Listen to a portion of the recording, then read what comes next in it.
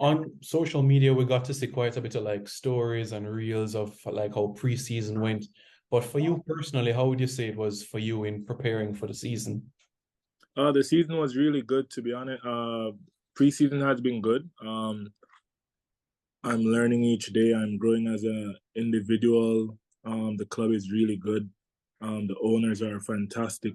The owners are really fantastic, and that's what is making the players comfortable each day. The way how the owners treat us and all of that. The coaching staff is doing an excellent job. It's a new squad. Every player here is new. We're coming together. We're knowing each other. We're gelling. So at the end of the day, the environment is good. I'm in a positive environment and I'm adjusting really well. And what is the experience like being in the same, space as Don Smart and Nico Brown, fellow Jamaicans such as yourself? What has it been like learning from them? I mean, interacting with them as well. It's good. Actually, Dan is an OG in the league. Yeah, like Dan is a general in the league. So to be honest, really me and Dan par most days at training. Me and Dan hang out most days in training. And Nico also. But it's mostly me and Dan. But them being around is making it really easy for me because another Jamaican is there, and even if another Jamaican wasn't there, I would have to adapt either way because I have the mindset that anywhere I go, whether there's a Jamaican or not, I'll have to adapt. Like there's in most states in the US, you will find like a Jamaican restaurant in the state. There's no Jamaican restaurant here in Kentucky. So that's just one of the big things that, oh, I have to put my mind to it that, all right, I'm sometimes I don't feel like cooking. I probably want to go have some Jamaican food, some authentic Jamaican food, but you know, I have to cook. So all of those things factor in, but with Dana and Nico around, I'm doing pretty well. In 2020, when you're in California, it was very hot, that environment. Would you say it's like the complete 180-degree turn where you are now? I saw a post that you made in not feeling your fingers and the weather. How has that been like?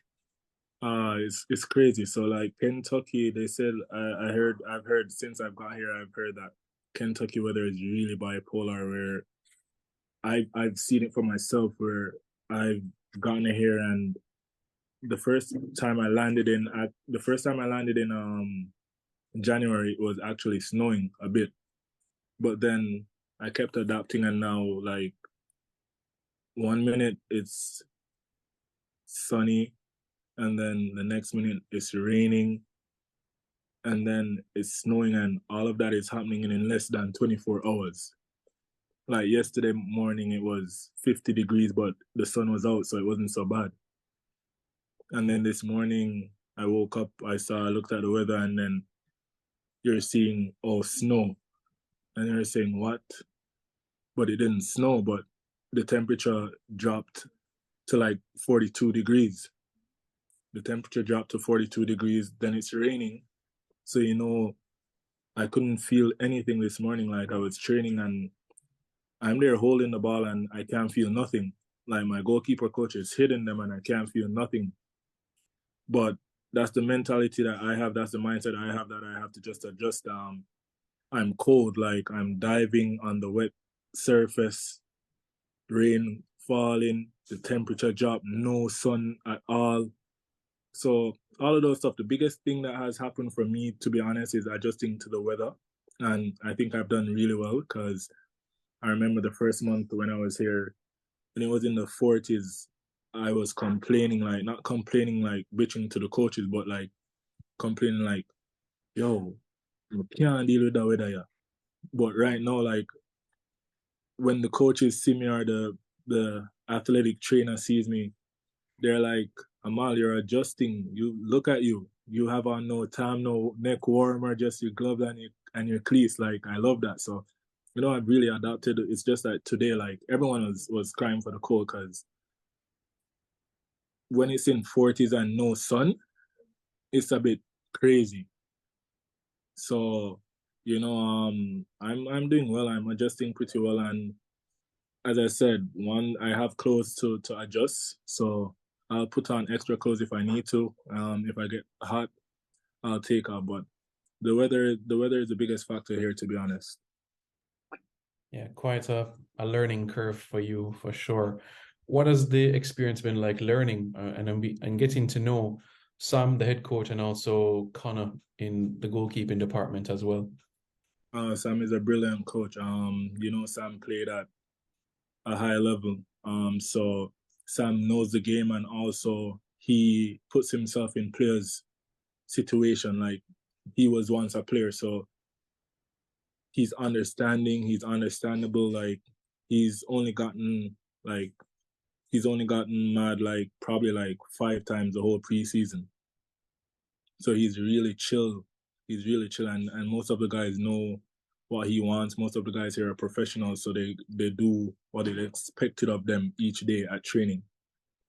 Connor is excellent goalkeeper coach. I'm actually older than Connor, so I'm 29 and Connor is 27. But Connor is a brilliant goalkeeper coach. Like I told my agent probably 3 days ago that he was asking me how's life, how am I enjoying things, and I talk to my agent every day, like almost every single day, and I'm telling him that I feel comfortable. I'm learning again. Things that I feel I'm weak on, I'm working on that, and I'm feeling very confident with them. So with Connor in my corner, he's working on things that needs to be worked on, and at the same time, I'm being pushed by 2 other young goalkeepers, which I'm not taking it for granted. Like, yeah, everyone wants to play, even though I'm a Jamaican international and I've played on the highest level that you can play on. Like, I'm not taking anything for granted. I just go there every day, train, execute in the preseason games. When we get there, when we play, I do what is expected of me, and I just continue to learn each day. Each day, I just continue to learn, take all the little things um, that I've learned from other goalkeeper coaches. So if I've learned something from the goalkeeper coach in my time at San Diego or Tucson, I take bits and pieces of that and tweak it and all of those stuff, like just to be comfortable in whatever situations. So um all of those stuff are big factors, and I'm feeling really confident. I'm feeling good. I'm in a good headspace. Mentally I'm in a better headspace than I was in Jamaica, based on just the environment and the professionalism of the organization and the players. And then physically, I'm doing good. I'm going to the gym, nutrition program, and all of those stuff. So yeah.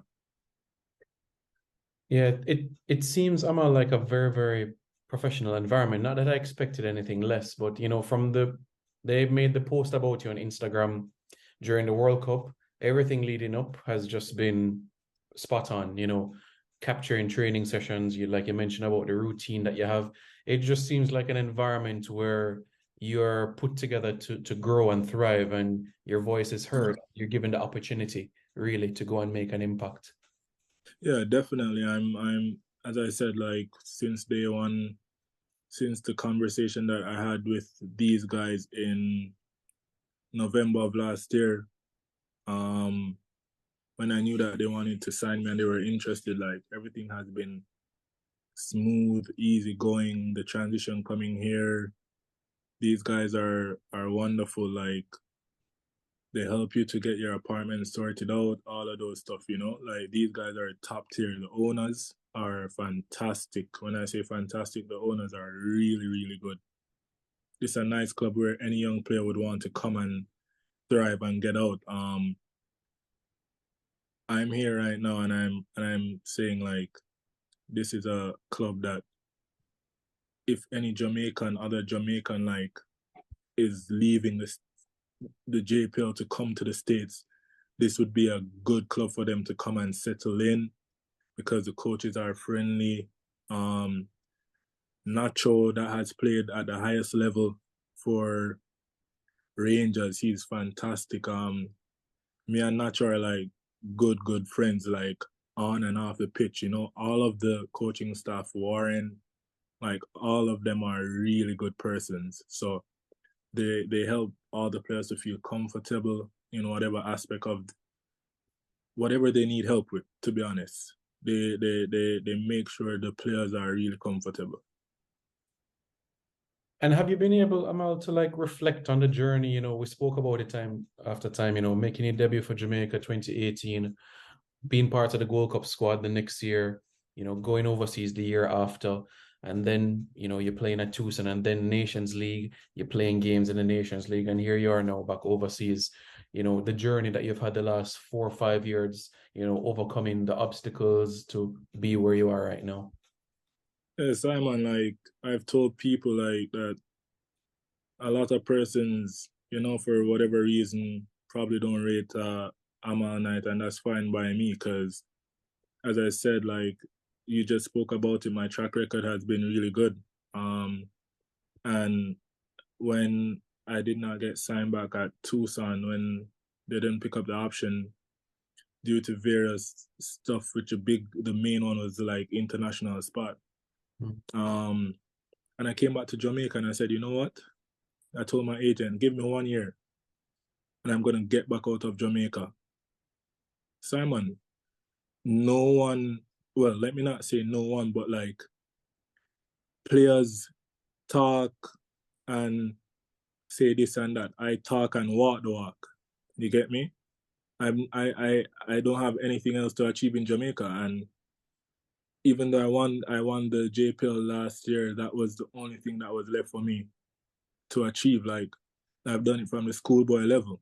And I don't really like to talk about my achievements because I don't want to seem like I'm being, you know, cocky or showing off or anything like that. But like I've done it all in Jamaica from the schoolboy level to the Premier League level. So right now, hopefully, I want to make a statement in the States whereby I'm getting accolades, individual and team accolades here. So my journey, I'm happy with my journey. I'm grateful to God, and you know, my hard work is what brings me here.